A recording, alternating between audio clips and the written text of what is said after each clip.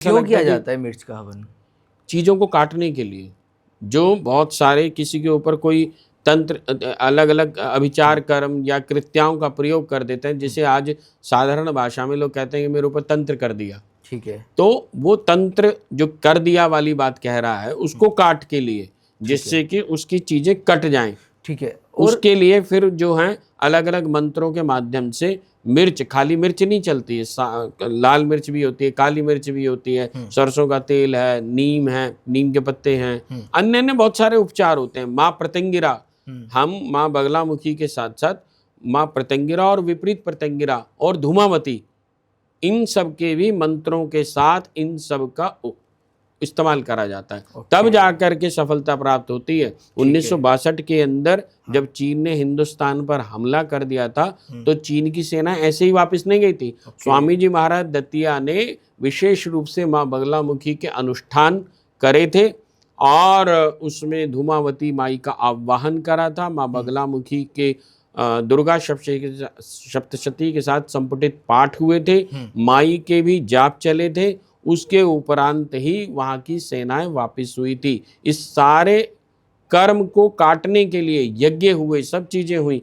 तब जाकर के कटे। वो जो मंत्र थे, वो जो प्रयोग हैं, वो सब ऐसा नहीं है कहीं भूल गए हैं कोई लोग, सब यहीं पर ही उपलब्ध हैं, सब ग्रंथों में बताए गए हैं। ठीक है। तो महाराज जी, फिर इसमें माँ बगलामुखी की साधना में मीठा हवन और जो कड़वा हवन है, इसमें फर्क क्या है दोनों में? मैंने बताया ना, जैसे लक्ष्मी की प्राप्ति है, ठीक है, जैसे लक्ष्मी की प्राप्ति है। अब हम जब माँ लक्ष्मी के लिए विशेष यज्ञों का आयोजन करते हैं, तो उसके अंदर कमल गट्टे होते हैं, बेलगिरी होती है, उसमें खांड होती है, उसमें जो है गोले का पिसा हुआ नारियल जो होता है, चूरा, वो इस्तेमाल होता है, देसी घी इस्तेमाल होता है, ठीक है। और भी बहुत सारी चीज़ें होती हैं। तो ये सारे के सारे हवन जो हैं, ये इस तरह से ये मीठे हवन में संज्ञा में आते हैं। अच्छा, बहुत सारे लोगों को हम देखते हैं, जैसे कि पॉडकास्ट के माध्यम से, रील्स के माध्यम से, लोग माँ बगलामुखी की साधना को बहुत कैजुअली बता देते हैं। तो क्या ये बता देना चाहिए? नहीं, माई के जितने भी मंत्र हैं सब गुप्त हैं। आपने अगर मंत्र को बता दिया तो फिर मंत्र कहाँ रहा?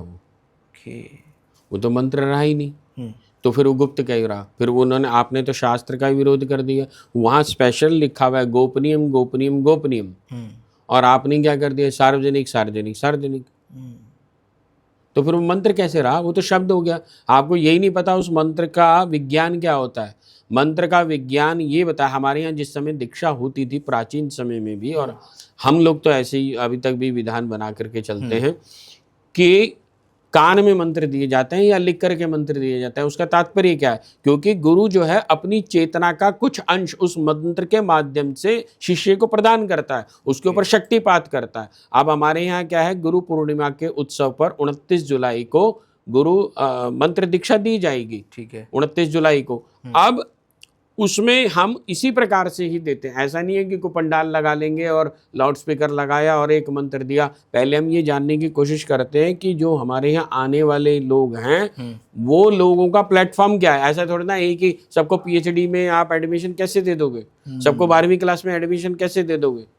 भाई एक बच्चा वो है जो 5th क्लास में से आ रहा है, और एक बच्चा जो है पीएचडी करके आ रहा है, तो आप दोनों को एक क्लास में कैसे एडमिशन दे दोगे? पहले आप उसका प्लेटफॉर्म तो चेक करोगे। भाई इसका क्या प्लेटफॉर्म है, इसका क्या प्लेटफॉर्म है, ये क्या इसका बैकग्राउंड है, तभी तो आप उसको कौन सा मंत्र देना है। ऐसे थोड़ा ना ही होगा। अब एक बच्चा है जिसने कभी साधना उपासना कुछ करा ही नहीं, आप सीधे जो है उसे बड़ा सा एक मंत्र दे दिया कि भाई ये करना शुरू कर दे और ये हो जाएगा, ऐसे कुछ नहीं होगा। अच्छा, जैसे लोगों को पता नहीं होता है, लेकिन किसी पुराण से या फिर अपने किसी ग्रंथ से उठा करके वो कोई मंत्र का उच्चारण कर लेता है, वो उच्चारण हो जाए गलत, देखिए तो क्या उसका भी असर उल्टा हो सकता है? देखिए, उच्चारण वगैरह करने से कुछ नहीं होता। अब इसको ध्यान से समझे। जब बच्चा कोई प्रैक्टिस करता है किसी चीज़ की, तब कोई दिक्कत नहीं है। लेकिन आप उसे लगातार करे ही जा रहे हैं, करे ही जा रहे हैं, करे ही जा रहे हैं, करे ही जा रहे हैं, गलत कर रहे हैं, तब नुकसान हो सकता है। आपने उसको प्रारंभिक स्थिति के अंदर ये है कि कोशिश करी कि मैं इसे जानूं कि ये है क्या, लिखा क्या। ठीक है, ठीक है, आपने उसके बारे में जाना। अब आपको समझ में आ गया कि भाई ये मेरे से बोला नहीं जा रहा। इतना तो पता लग ही जाता मैं गलत बोल रहा हूँ। ये समझ में आ गया कि मैं गलत बोल रहा हूँ। तो ये भी समझ में आ गया कि इससे रिलेटेड जो मंत्र की दीक्षा है या ये मंत्र है, ये मुझे कहाँ से सही प्राप्त हो सकता है। तो वो आ जाए, मिल ले, बातचीत हो जाएगी, हम बता देंगे बेटा ये नहीं, ऐसे नहीं मंत्र को, ऐसे इसकी प्रोनाउंसिएशन ऐसे नहीं है, ऐसे है, इसको सही ढंग से ऐसे बोलना। फिर इसके साथ और क्या करना, खाली ऐसा नहीं है कि यही मंत्र लगा देने से कुछ हो जाएगा। इस मंत्र के पहले क्या करना है, सबसे पहले गुरु का मंत्र करना है, फिर गणपति का करना है, फिर भैरव का करना है, फिर ऐसे करना है, फिर इसके बाद ये करना है गायत्री कहाँ करना है, कहाँ योगिनी का करना है, कहाँ भैरव का करना है, और माँ का कहाँ करना है। और तुम ऑलरेडी अब मान लीजिए हनुमान जी की भी पूजा कर रहे थे, अब तुमने माँ बगलामुखी की पूजा शुरू कर दी। अब बहुत सारे लोग आते हैं कि जी हम कृष्ण जी की पूजा कर रहे थे, क्या वो छोड़ दें? मैं कहता नहीं बेटा, नहीं छोड़नी। या हनुमान जी की पूजा कर रहे थे, वो छोड़ दें क्या? नहीं। अब उस मंत्र को कैसे इनके साथ लगाना है, किसको पहले करना है, किसको बाद में करना है, ये क्रम दीक्षा है। अब ये हमें समझना होगा। जब तक वो समझेंगे नहीं तो सही उसका वो मिलेगा ही नहीं, फायदा ही नहीं मिलेगा। वो फायदे की जगह नुकसान होना है।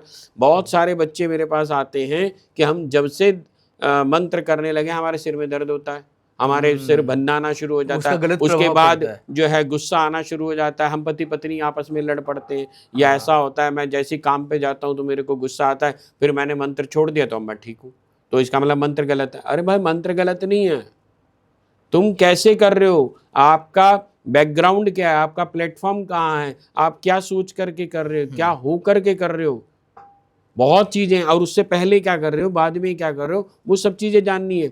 एक एनर्जी दूसरी एनर्जी से क्लैश तो नहीं कर रही। या तुम्हारे घर का एनवायरनमेंट कैसा है, नेगेटिव एनवायरनमेंट है, पॉजिटिव है, और उस एनवायरनमेंट को मुझे धीरे धीरे कैसे चेंज करना है। एकदम से कैसे चेंज करेंगे आप, धीरे धीरे तो चेंज करेंगे। एग्जैक्ट।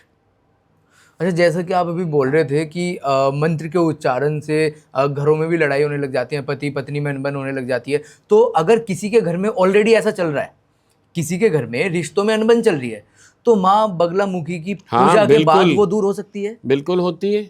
ऐसे सबसे पहले हम अर्जी लगवाते हैं। मैं बार बार बोलता हूँ कि अर्जी आओ लगाओ, अर्जी लगेगी। अर्जी लगने के उपरांत फिर हमारे को चीज़ें सामने से दिखती हैं कि भाई ये समस्या क्या है इसकी, कि ये एनर्जी के रूप में है, या किसी ने कुछ करवा दिया, या इनका अपना ही कोई इशू है, या इसकी वाइफ की या इसकी कोई एनर्जी क्लैश तो नहीं कर रही है। तो उनका निवारण कैसे होगा? उनको इसीलिए हम कई बार 11 हफ्ते लगातार, 21 हफ्ते लगातार, या अलग के, मैंने बताया ना जैसी समस्या वैसा निदान। ठीक है। कईयों को ऐसा होता है खाली 5 हफ्ते में ठीक हो जाता है कि भी 5 हफ्ते आए ठीक हो गए। अब किसी को 11 हफ्ते से भी ज़्यादा बुलाना पड़ता है, 21 हफ्ते बुला रहे हैं। तो क्या हर समस्या की अर्जियां अलग अलग होती हैं? हाँ, नेचुरल बात है।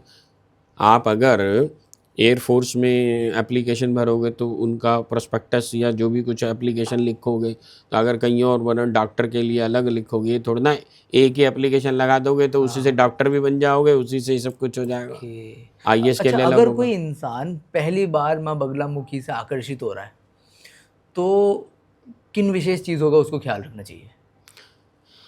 अपने शुद्ध आचरण पर ध्यान रखे, शुद्ध विचारों पर ध्यान रखे, माँ के प्रति प्रेम रखे, अगाध प्रेम रखे, विश्वास रखे, समर्पण रखे गुरु के प्रति, और इतना विश्वास रखे कि एक तो सही दिशा में काम करे। ठीक है। अगर कोई व्यक्ति ये सोचता है ना कि मैं किसी के साथ गलत करूँगा और फिर गलत करके आके माँ ही मुझे बचा लेगी, तो ये गलत है। मैं तो उठा के भगा देता हूँ, भाग यहाँ से चल। अब जैसे किसी ने मुझे बोला आकर के कि जी मैंने ना जी लगभग 70-75 लाख रुपए का वो गबन कर लिया, ऐसे ऐसे वो था, ये था, वो था, और अब मुझे लग रहा है मेरे ऊपर ना मुकदमा होने वाला है, तो मुझे बचा लो। मैं खड़ा हूँ, निकल यहाँ से चल। इसी तरह की और शॉर्ट क्लिप देखने के लिए चैनल को अभी सब्सक्राइब करें।